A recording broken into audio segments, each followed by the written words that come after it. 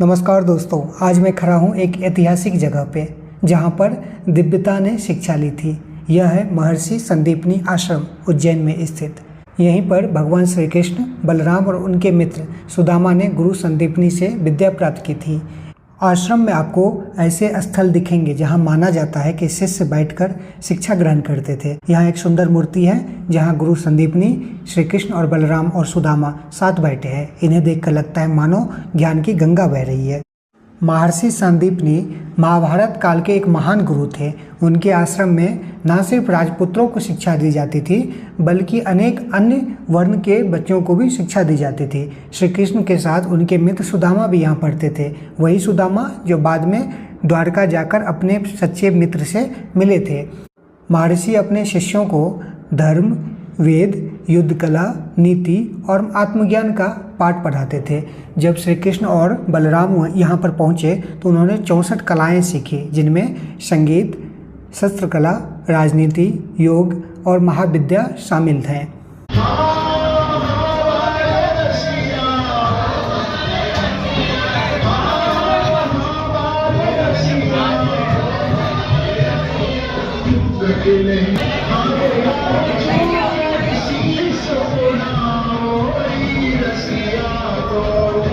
अब मैं उस कक्ष में हूँ जहाँ भगवान श्री कृष्ण द्वारा सीखी गई 64 कलाओं को चित्र के माध्यम से दर्शाया गया है।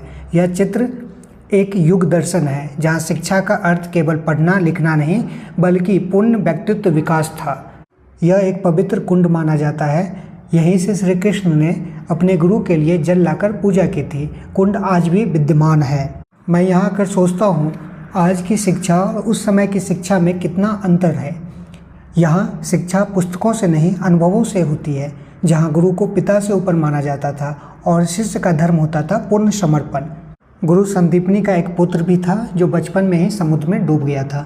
एक कहानी सुनाता हूँ। श्री कृष्ण और बलराम जब गुरुकुल से शिक्षा पूर्ण करके लौटने लगे तो उन्होंने गुरु दक्षिणा के बारे में पूछा।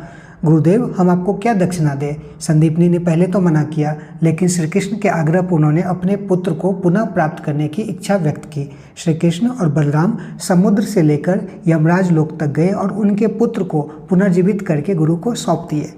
तो यह था मेरा अनुभव महर्षि संदीपनी आश्रम का। अगर आप उज्जैन आए तो महाकालेश्वर और काल भैरव के साथ साथ इन ज्ञान स्थली का भी दर्शन करना ना भूलें, क्योंकि भगवान तो हर जगह मिलते हैं, लेकिन भगवान ने जहाँ से पढ़ाई की हो वहाँ ज्ञान स्वयं बसा होता है। जय श्री कृष्णा। वीडियो अच्छा लगा हो तो लाइक करें, सब्सक्राइब करें।